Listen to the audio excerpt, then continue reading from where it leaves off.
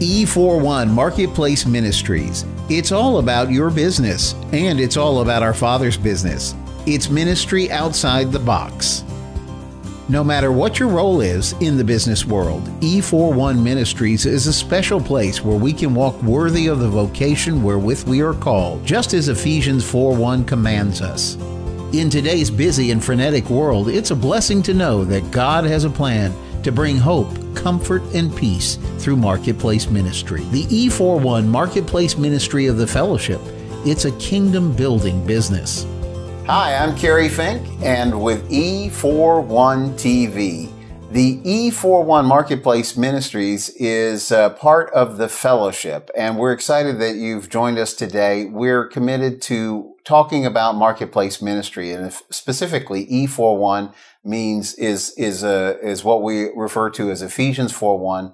Walk worthy according to the vocation to which you're called. And so that's what we're here and we're all about. And Dr. Dave Robinson, who is sort of the inspiration, and he's really devoted a lot of his life to Marketplace Ministries, he's really concerned with the fact that we talk about that 1 in 5 Americans attend church regularly, whereas 90% of the people that are Americans are in the marketplace. So the real question, what we want to address, what we want to discuss, what we want to provide and empower you with are means and ideas and tactics to help us really increase evangelization in the marketplace. And so to that end, we have really what I would say would be the perfect guest.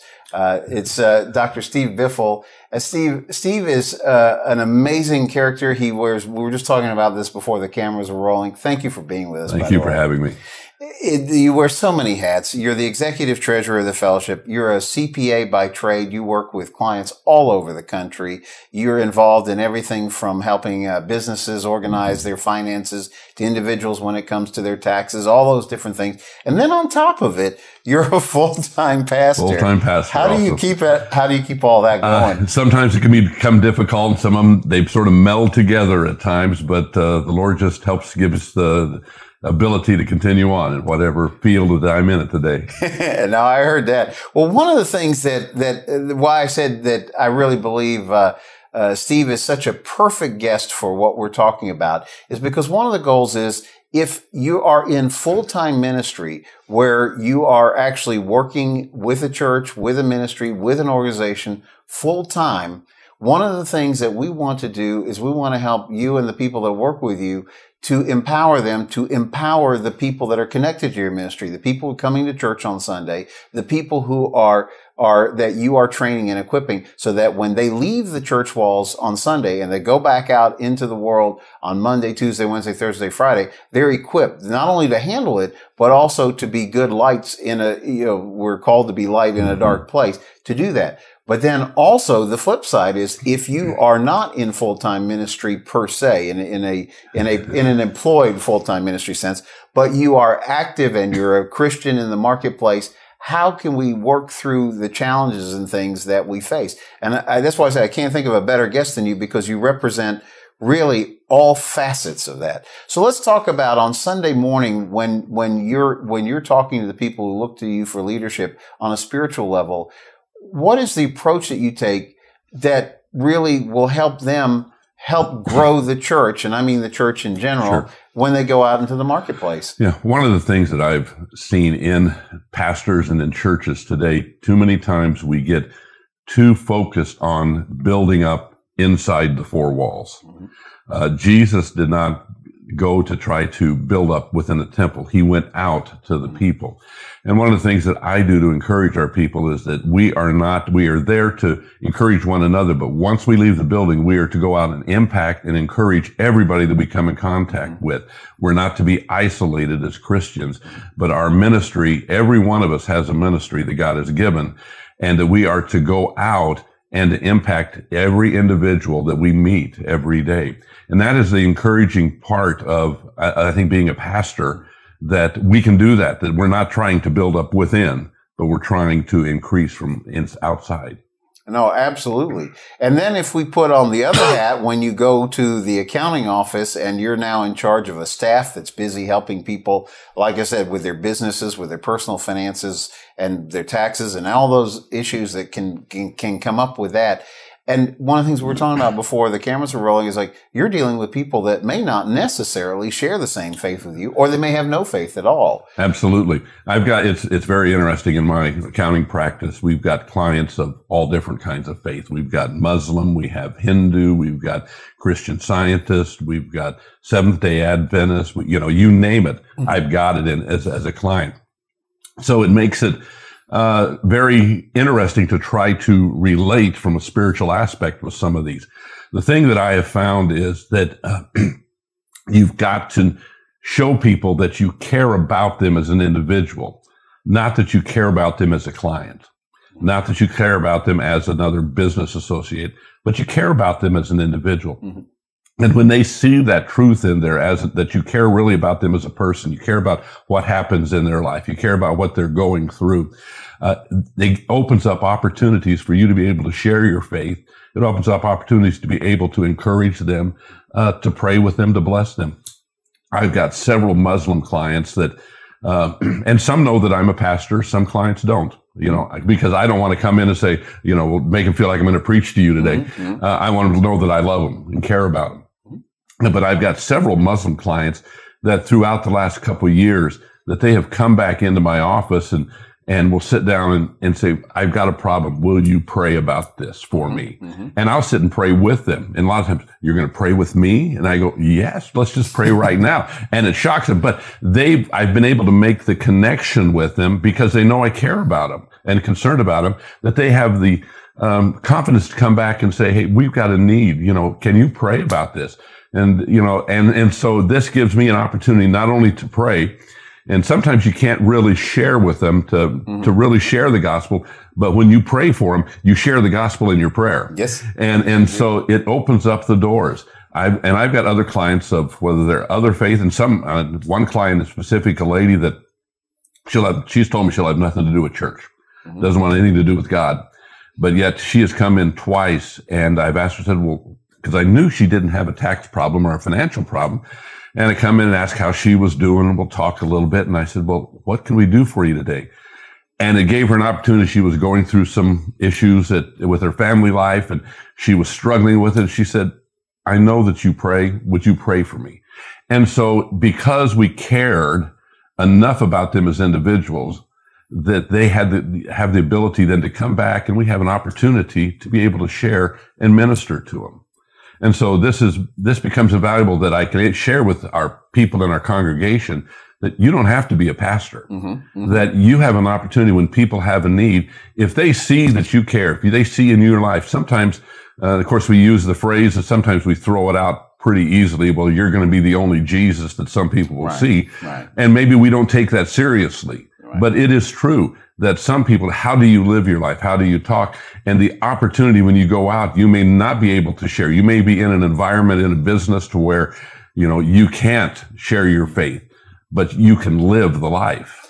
I've heard that come up in several of the episodes that we've filmed, particularly, for example, in people who work specifically either in government or in government funded organizations where the constraints are so severe about how they have to mm-hmm. really walk through this minefield. And there is a thing that seems to be resonating that comes out over and over is that, well, when I walk in integrity and truth and don't compromise, it just naturally ends up people see something special about that. And I thought it was really interesting in the commentary that one person who has dealt with inner city ministries brought up the point that particularly in those kind of intense and hostile environments where people get really pushed to the mat, a lot of it is really that they don't see any hope. Mm-hmm. They don't, and so this person was relating the issues that you see, for example, in the ghetto with drugs and things. They're really just symptomatic that there is no hope. There's no, right. So everything becomes about that. And what a Christian has to share is that there is a hope. There's an answer. The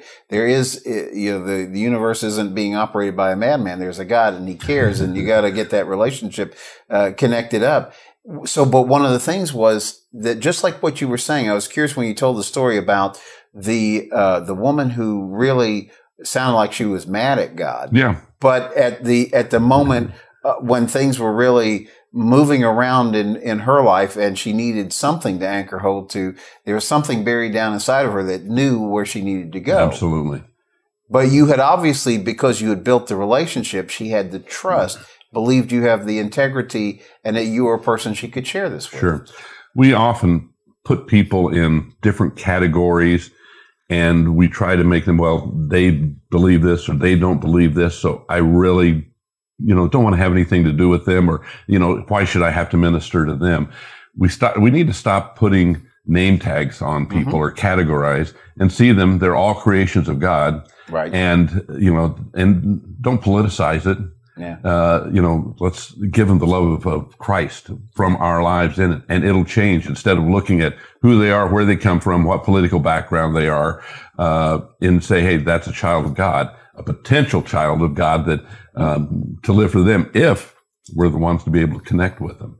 No, and that is so true, because really when you think about it, the grace of God, is there, and it's for the Bible is clear, for whosoever will. And so part of our job is to make sure that people are exposed to it. We were having the discussion, I think, that, we've got generations now who were raised in a school system that doesn't permit prayer in school. So if you think about it, you've got now generations raising generations who have never even heard of this fellow called Jesus, because nobody has been able to present that in their past. So hopefully one of the greatest mission fields for us is in the marketplace, because that's an opportunity where people are. And for many times it becomes the first time they really get acquainted with that. Sure. A lot of people know about, you can take the surveys and, they say, oh, I believe in God. They can take surveys and say, yeah, I'll go to church every once in a while. But how many out there in the world, in the marketplace, really have a connection with God? And that's where it's very few. And, they say they know about it, but do they know him? And that's where we come in contact, to be able to go out and to be able to, they can see Christ through us in how we live. Like you talked about, the integrity and living upright, living righteous, doing the whole thing. They will see that. And yet if we're inconsistent in our living, they're going to say, well, do we really want to be a Christian? Is that what Christ is all about?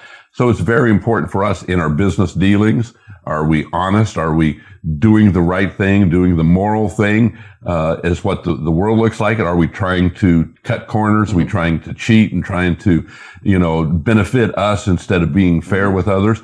That's as much a part of ministry work as it is in sharing your testimony. Isn't that true? And so we'll have an impact on the clients that we come in contact with other business individuals, when they see, I can trust that person. That business that they work with, I know that they're going to treat me right and do me right. They're not going to cheat me. And it helps you to develop that relationship where somewhere down the line, they're going to say, why do you live your life like that? And we have an opportunity to share. It may not always be in the marketplace, in the workplace at the time, but there will be a time maybe outside and they say, let's talk more. Let's get together on this. Why? And so it's very important that, our life isn't just the one way on Sunday mornings in church and something different through the week.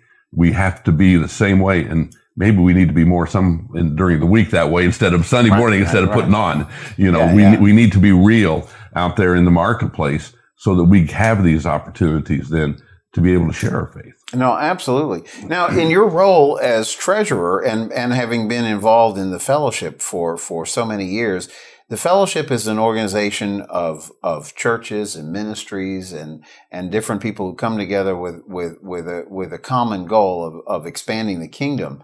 And so it's composed, it's interesting because it's composed of people who are full-time ministry, then people who are full-time ministry and seem to be full-time business as well. However the 24 hours works all that out. But how do you encourage in your role from inside the fellowship, as you're talking, and I mean, it's not just pastors here in the U.S., but it's literally all over the world. How do you encourage them to work into the marketplace in the same way that you've done?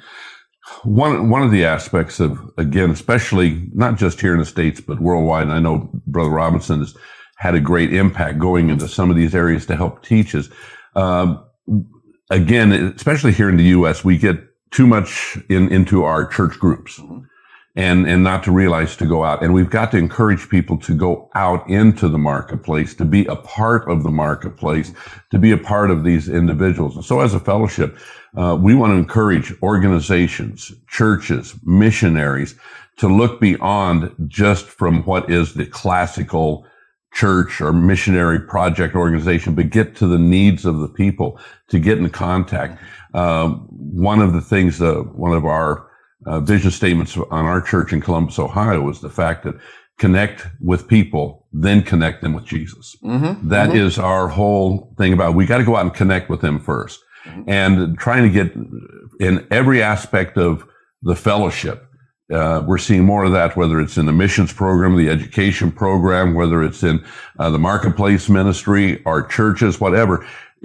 We're emphasizing more of connecting and trying to get into connection with people, get out of our comfort zone, get out of those areas that we're sort of thinking it's real easy to do, but be challenged out there and to step outside and to get in with people, to be able to say, hey, here we are, and we've got something that you could put into your life too. Absolutely. When you were saying that about you've got to connect with people first, I was thinking about something our pastor some years ago had asked us collectively to help build some wells in Africa, some water wells. And he said people are dying over lack of water in this particular area of Africa. And what was happening is there was two warring tribes, and it was about control of where the water was in this arid desert. And so he said, I want us to go out there and he said, before we're going to preach, we're going to build a water well.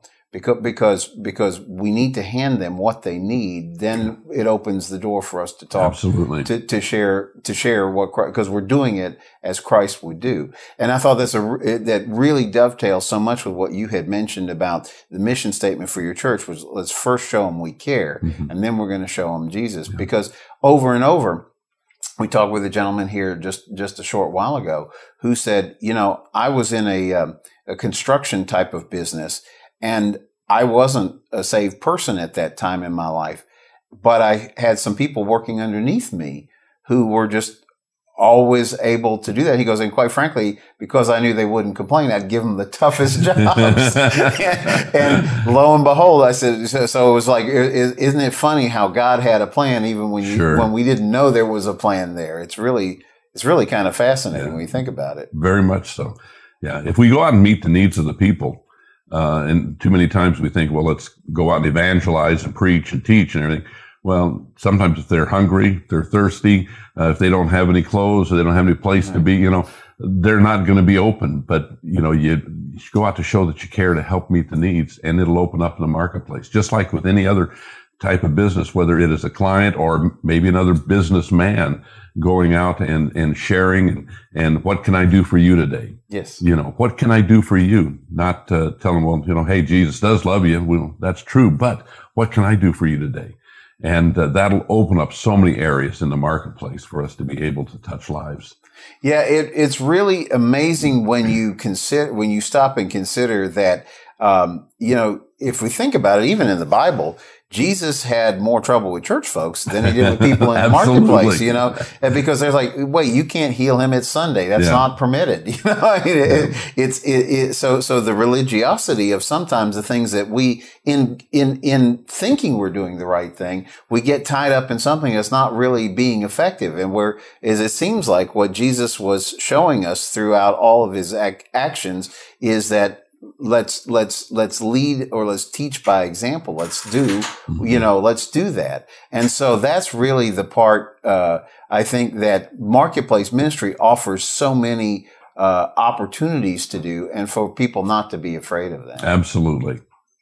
So, well, let me ask you this. Anything else that, if you were going to share sort of a nugget of wisdom or I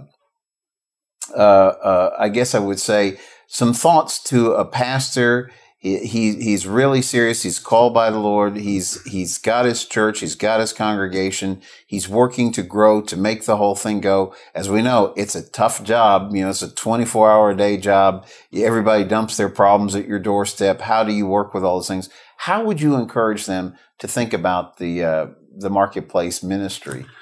The big thing is to be able to, first of all, look out at your congregation and see that they are the marketplace to begin with, right there. And you see that you're meeting the needs as a pastor to be able to teach and input into their lives, but to be able to put into them something that they can take.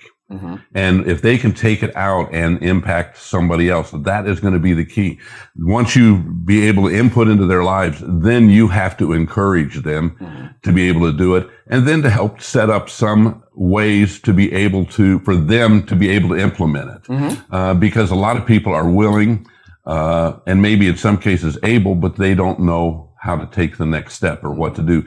Sometimes they just need a kick in the seat of the pants to get out of the pew, to get out into the street. And that's where we come into where we should need to maybe develop something for them to be able to do that. And every city, every church is different. Every city, every church has different opportunities, and everyone is unique in their own ways, and every pastor has their own passion and calling. But we should all have that same calling to be able to go out, not stay inside, but to be able to go out. And so the encouragement there is saying, hey, we are all called. And that is the very first thing.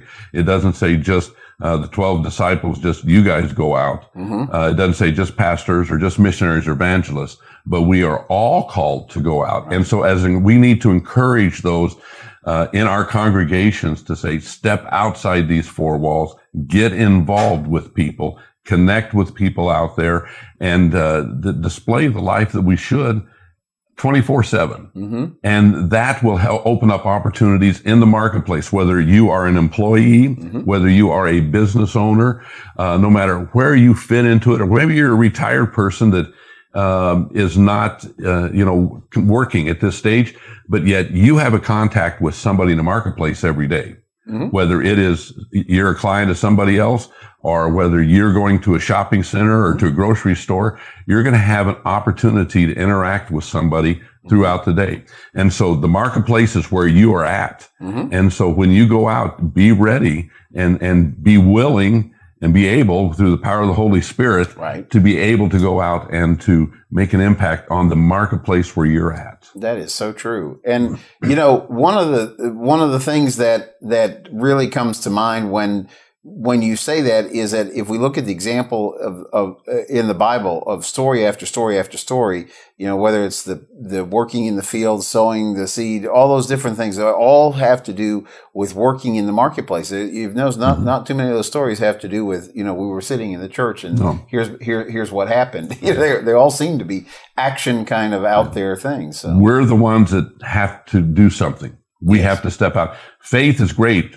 but faith without doing something isn't any good. That's I think the Bible says that. That's right. We have to be able to put, we'll take the step, and God will give us the direction. Yes. And he'll give us the power. I mean, he's endued us with power, but if you're sitting still, power doesn't do any good. You've got to go out. You got to take the action step. Absolutely. Well, I know that Dave, in his vision for the E41 Ministries, he's talking about a lot of materials that to develop that will help different ministries, literally workbooks and things that are going to help people find ways to really empower and release congregations into the marketplace. So he goes we got to get them out of the church so they can bring them back into the church kind of thing. So it's really going to be exciting to see as all this goes. The timing could never be better for an opportunity like this, just because of the fact that so many people need what Jesus offers. And it's a shame because so many generations have now not had the chance to be exposed to it and have it be part of their daily lives.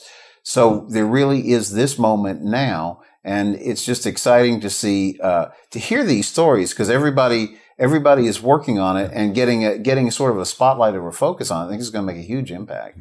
I totally agree. The world is hungry for answers, and we have an answer, and we need to be able to get out there and to share that answer with them. Yes. No, I really appreciate that. Well, thank you, Steve, for taking the time to be here. We were saying that we're actually here on location at the Fellowship One convention here in Reston, Virginia. It's been an exciting time. There's been great speakers, great prayer. We've already just great fellowship with all the people that are here. It's just an amazing organization. And I want to we just have probably like a minute left, but I'd like to ask you for people who may be seeing the program but aren't really familiar with the fellowship per se. Could you give like a little primer or say, here's who we are, here's what we're about, and here's how you could get involved? Sure. The fellowship's an organization of independent individuals, churches, ministries, missionaries, organizations throughout the United States and the entire world. We're brought together under one like binding aspect of serving the Lord, Holy Spirit empowered fellowship, and we connect together to be able to empower you and to help you in your ministry.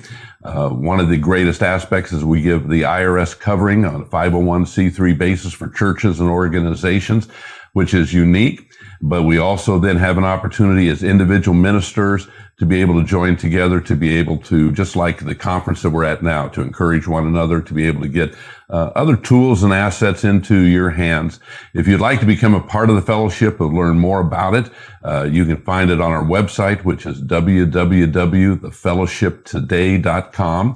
Or we are also located in Irving, Texas, 1000 North Beltline Road in Irving, Texas, and I don't remember the zip code offhand, but you can contact us through that, or just contact us through the website. You get all the information about the fellowship there. We'd love to be able to share more about it and have you a part of the fellowship worldwide, doing the work of God for to increase His kingdom, not ours, but His kingdom. Amen to that. I can't think of a better way to close out the show.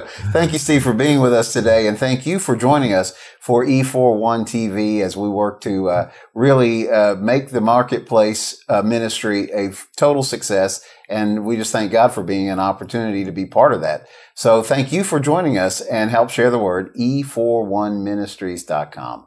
Thank you. God bless you.